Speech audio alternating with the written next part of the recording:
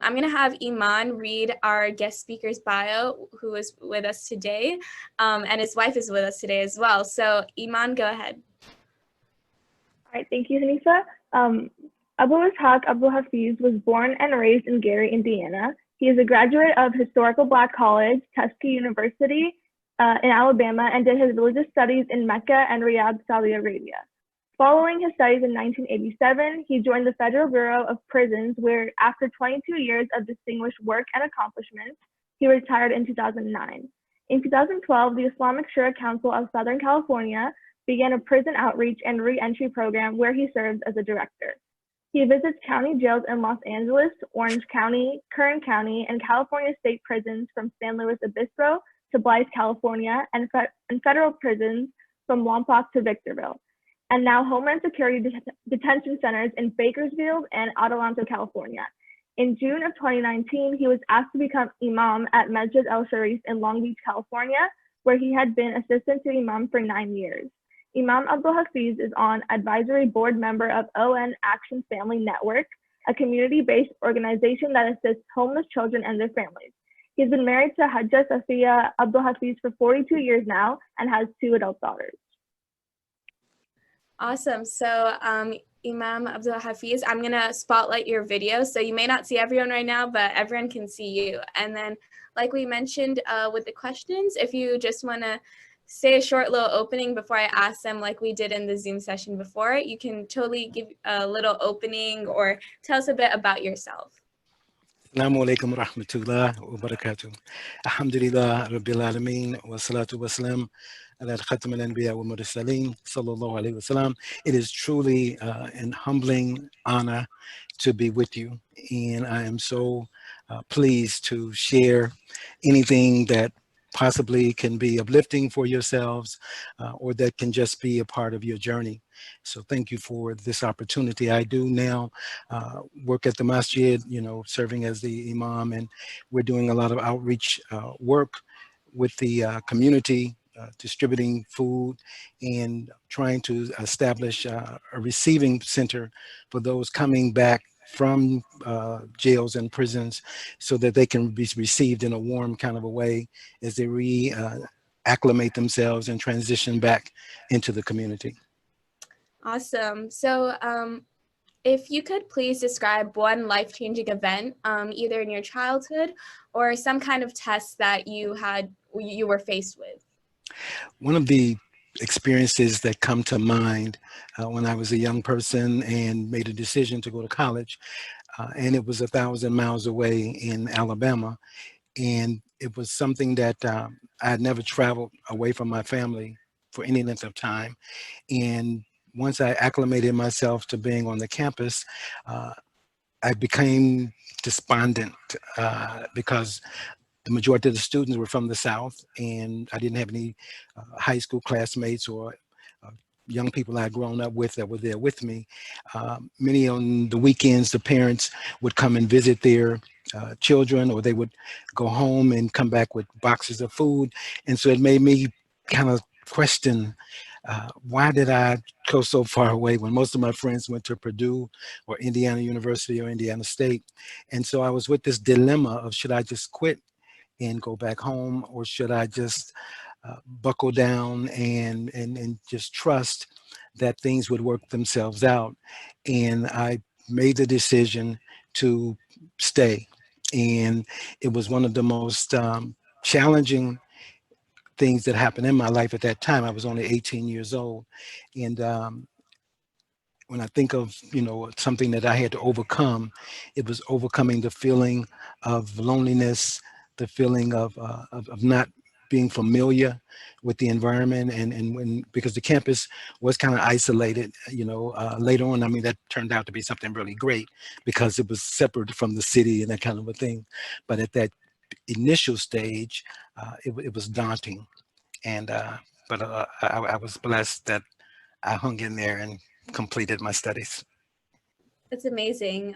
With your experiences both living in the South and now on the West Coast, do you think that how has that affected your life? And were there any world events which occurred between those two moves that really affected you personally as well? Absolutely, there's been a massive change. As a young person, I never imagined living in the West. It was no place I had desired to live in. It just was a dream. I mean, Disneyland was the only thing you thought about when you thought about the West when I was a kid coming up. And but after finishing college and getting married, and my wife and I studying in Saudi Arabia, the opportunity came to resettle in the West, and it has been a wonderful experience. The weather is so much different. The people are so different. Being exposed to, a diverse uh, community out in the West that you don't find in the South. When I was in the South, you mostly found whites and blacks, small numbers of Spanish-speaking people, and the same thing in the Midwest. You found, blacks and whites, and from many parts of Europe, but you didn't find a lot of persons from Asia or a lot of persons from other places other than Puerto Rico in the Midwest. But out in California, I ran into people from Korea, people from China, people from India, people from Pakistan, people from Arabia, people from different parts of Africa. And so you really get blended into this expansive beauty of the human family out here in the West. And for sure, the weather is marvelous. I was raised in Gary, Indiana, right outside of Chicago, where we went to school. If it was below zero, we still walked to school, even though I had a wonderful childhood and enjoyed the snow. But I also now enjoy not having to live in the snow. That's awesome. I think that's definitely, the weather is a huge plus to the West Coast. But during that time of maybe trying to find yourself and build your own identity, did you have any regrets in your life or any disappointments maybe that stood out to you? Some of the disappointments I would say that have touched me recently is thinking about people that I grew up with that I lost contact with and was not able to retain a relationship that was there from kindergarten through the high school.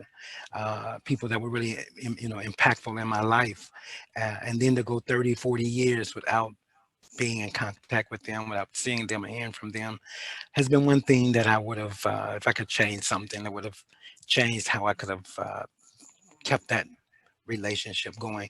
I did get a chance to go back to my 50th high school anniversary and ran into many of my childhood friends, and it truly was a great experience to reconnect with people that you knew when you were 5, 6 years old. That was awesome. That does sound awesome. I think, yeah, reliving maybe small memories of your childhood probably bring back a lot of other feelings too. So again, as we kind of have this entire Oliver Storytime series, the entire theme is building resilience through storytelling. So how would you personally define resilience? I would define resilience as being able to overcome the obstacles that will happen in life. And it happens to all of us, and no one will escape having a dream that does not manifest itself, or an opportunity that one it slips past, and sometimes you feel that that'll never come again, and sometimes you're in a very low place, mentally, spiritually, and it can even bring you physically sometimes down. And knowing what I know now, when you continue to get up and you continue to ask yourself the questions, and to look at not only your positive attributes, but assess your shortcomings and some of the reasons possibly why things didn't happen as you thought that they should have happened, and having that spirit, having a sense of humor, having people in your life that will continue to encourage you, and to be there with you when things don't go as you would like them. Losing jobs is things that happen oftentimes, and often it has nothing to do with your performance, or it may have nothing to do with anything that you did, but it still can happen. And you sometimes question yourself, and you have to bounce back. You have to come back. We lose people in our lives, whether it's our parents or our grandparents or a friend or somebody that meant a lot to us. And a lot of times this too can set you back. And again, you have to be able to remember often that they were someone who inspired you. And you have to take from that, that I'm not going to give up, but I'm going to pick up myself, and I'm going to continue to put one foot ahead of the other and take one step at a time, to live one day at a time. And these are things that we hear often, but in life, you get placed in circumstances where that becomes a reality. And you really do have to live one day at a time and walk one step at a time. Uh, just remembering as I'm talking to you, I had brain surgery in 1990, and I had no idea what would be the outcome, if it would come back, if I would survive the surgery. And so these were realities that I had to pick up once I get through the surgery, of living one day at a time. And here, 30 years later, I mean, and I had no idea. I didn't ask for it. I just said, Allah, whatever you place before me, I will accept it. I had a wonderful life prior. I was able to talk to my aunts and uncles and tell them how much they had impacted my life right before the surgery. They thought I was being morbid, and I was thinking I was going to leave. That had nothing to do with it. It was just a moment that I wanted to reflect upon people who had touched my life and wanted them to know. And I was thankful that I was able to communicate how much they had meant to me, but not knowing how my life would be after. Uh, I had to find that place to be resilient, and to come back and learn how to walk again, and talk. And it was amazing, that journey. And that's what I found out, that life is an amazing journey. And don't get too low on yourself when things are down, and don't get too high on yourself when things are up, because it's a journey. And as they say, it's a marathon. So it's a long time. So you want to just go with it, embrace it, embrace when negative things happen, because that's how we grow. And it's in those times and in those moments when we really get a chance to reflect and realize we weren't all what we thought we were. We didn't know as much as we thought we knew. And it's humbling, and that's all right. That's such a beautiful metaphor, and also a piece of advice. I think it's very practical for us to do, to see life as a journey.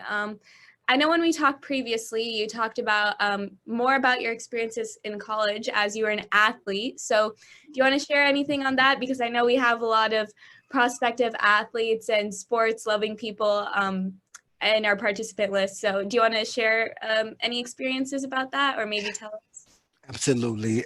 In high school, I was a very successful American football player. I was a quarterback. As short as I am, I was the quarterback of a team. And my high school was over 3,000 students, so it was a very large school. And the coaches used to often ask me, they didn't know how I was a quarterback, because I was only 5'6", and most of the guys were 6 feet, 6'2", 6'3", that were going against me. But to be honest, I didn't know I was short until I stopped playing in college, because I never looked at my size. So I would always say to myself, what are they talking about? I'm short. You know, I'm out here competing, and I'm going to compete. I don't care how big the other guys are. But a time came in college where I had to make a decision on to continue to play football, because my aspirations going in was I was going to play professional football, that nothing was going to stop me. And then I had an epiphany, and it came to me, wait a minute, you'll get hurt out there with those guys. They on another level. And that was really heartbreaking, that I had to decide that, wow, I've been looking so forward and playing football for so many years, and now I have to make a decision to stop. And the best thing about it was I turned the energies that I use for sports and to be successful into my studies and my grades, because at the time I wasn't thinking about grades. I was just thinking, I'm gonna play football, I'm gonna go pro. And That was the best thing that ever happened, because my entire life changed when I focused on my studies and realized that I was in college for a reason. And the goal now was to make a difference in the lives of my community. That was one of the themes at Tuskegee, that they taught you you weren't there for yourself, to be just a business person when you graduated, or a teacher or professional, but you had to look and see what were you giving back to the community you came from. And that was not my idea when I went to college, but that was one that I learned while I was there. I learned how to get involved in the community, because when I went to college, in high school, I was not a part of the civil rights movement. I was like, nobody's going to spit on me, nobody's going to hit me, I'm going to hit back, I'm going to fight back. So I was not following Dr. King in that way. But once I went to college, and then I did get involved in going out and working with the people in the South to register to vote.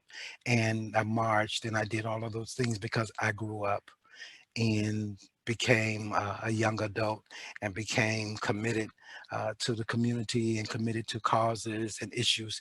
And that's the beauty about when you go to college, when you get out of high school and you get into the adult world, is that you grow in ways you couldn't imagine when you open yourself up to be available to what's in front of you.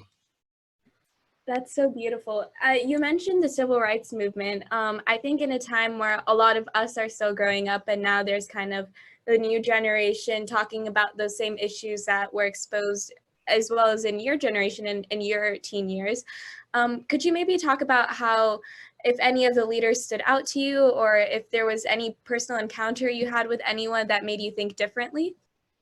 Absolutely. In college, one of the things that happens is they bring in professors, or they bring in renowned community leaders to expose the students to different realities.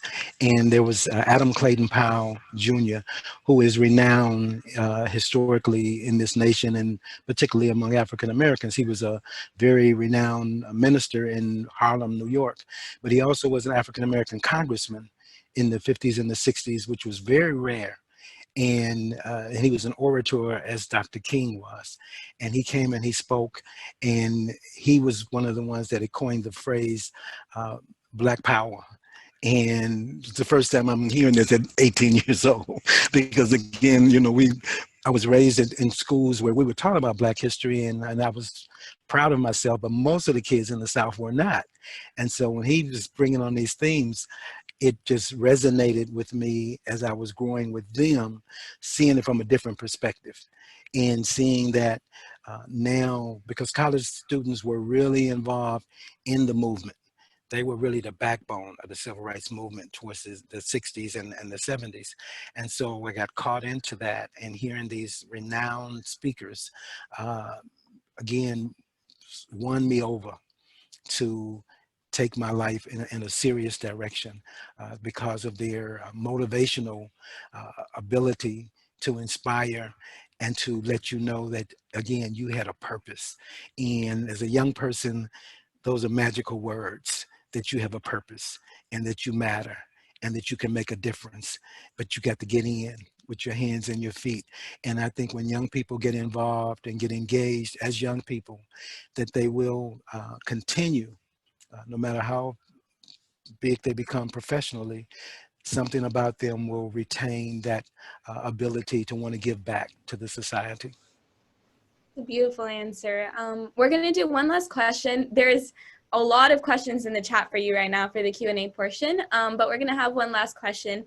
If you could please maybe share your journey on how you found your dean and how you found your faith in college. This was something, again, that was a challenge, in that beginning to question everything. Again, when you're 18, 19 years old, you're questioning how you were raised and the things you were exposed to, because you realize that sometimes you weren't exposed to the absolute truth, but just things that were just given to you, and you took it at face value. And now, as I was weighing how the faith that I was nurtured in had been treating all people, it left a lot. And I, in particular, was thinking in terms of digging more into the Jewish faith, because I was saying, okay, the Old Testament was first, Moses was first, and Jesus really was an outcome from that. And just as I was beginning to pursue this, I took a course in African studies, and the instructor was not a Muslim, but he gave an overview that the majority of the faith practice in Africa, more than 70%, was Islam. And then he gave an explanation of what Islam was, an overview. And he said how the Muslims believed in one God, and the Muslims believed that humanity was one, and the Muslims believed that all of the prophets were one, and that all of the books were connected. And I was like, this is exactly what I was thinking about in the depths of myself, thinking I had to come up with this.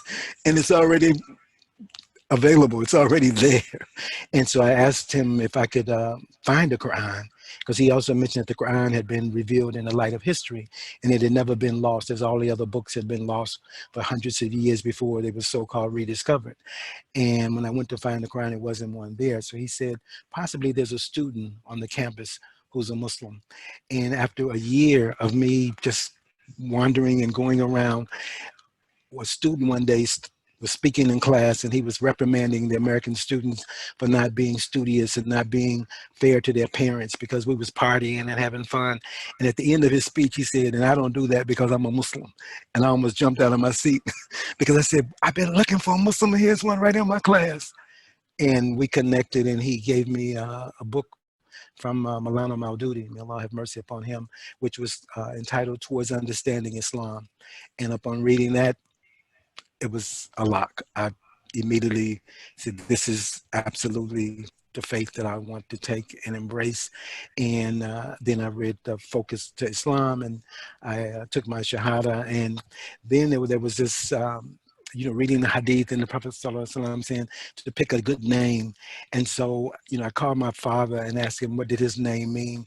And he said, he said he didn't have no meaning to it, that he didn't know, and I said, well, okay, I'm changing my name, because I already was like, I'm not going to keep this slave name, but I wanted something better. And that was a big challenge, to change even the identity that my family had known me by. And when I explained to them that I was going to do this, their only concern was I doing something rash, and would I be changing in a few years from there? Maybe I was just being overwhelmed by being in college. And I said, no, I will never change my name. I won't never change my faith. And 50 years later, alhamdulillah, alhamdulillah, Allah has been merciful and has shown me the world in ways I could not have imagined, has given me things I could not have even thought to ask for.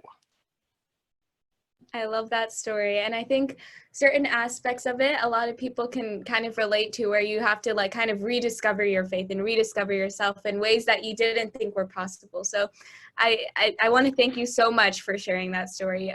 We have a lot of people asking questions in the chat, so I'm going to slowly ask them to you, and we're going to do a little bit of a rapid fire. So we can do, what did you study at school? So what was your major? My major was history, U.S. history, from 1876 to 1960. Wow. And who was your role model at the time, either in your childhood or right now? At the time in my childhood, my role model was probably Jim Brown, the football player. That's a very honest answer, and I'm sure a lot of people have sports players as their role models still right now. But we have one question from Asia, who asks, what is the biggest thing you've learned from being an Imam? Be patient with people, and not to assume that because you share something with people that they're going to just pick it up and be able to implement it. But it takes a long time for people to come around. Even though you may see and understand things in the moment, it takes years to get them there. And so it's an effort to work with people to get the community where you are. Mm-hmm. And in your bio, you also had mentioned you spent time in Riyadh and Mecca. So if you could maybe share some of your experiences there, being in a full Muslim country, majority Arab. So if you want to share any story from there. In particular, both are so amazing. So much amazing things happen. But in Riyadh, one of the most amazing things happened was Allah connected my wife, who was there with me, with a family that took us under their wing, and we were able to live in the city, and she was able to teach English to princesses.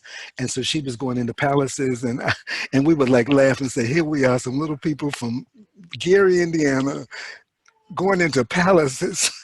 She's riding in Rolls Royces with people. I love Now, I only got to get in because I was her husband. So I got in the back door. But that was the most amazing life that we had for 6 years in Riyadh. That's definitely a 360 transformation all the way from Gary, Indiana to the royal palaces. That was, and we used to, on the summer trips coming home, we got a chance to visit Egypt and to Sudan and to Greece and to Paris and to London. I mean, places we never ever would have had a chance to go and to just experience it. And we were together in doing it, which made it, you know, memorable as well as really fun. That sounds like an amazing experience that even I would want. Right now in the back, you have something that says pop. So a lot of people are catching on to that. So as a dad of two daughters,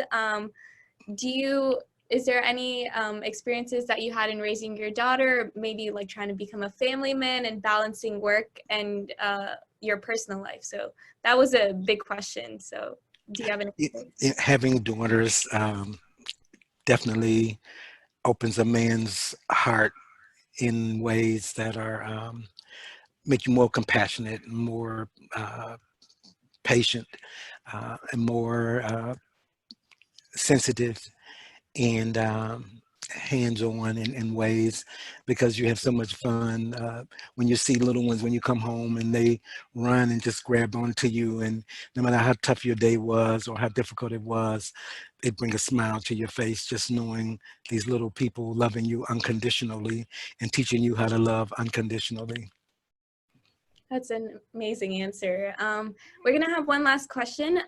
Again, people are catching on to a lot of amazing credentials that you have in your bio, but how is it like to work as a prison chaplain? And if you can That share. was a very learning experience for myself, as well as one that I was truly able to give back in the sense that the majority of those that was in the prisons and jails were African Americans and young Latinos, and finding out that most of them didn't have a father, didn't have a grandfather, didn't have an uncle in their lives. And so you get to play that role willingly or unwillingly, because you're able to give to them ways to think, you know, constructively, as well as ways to be able to assess things, to be critical thinkers.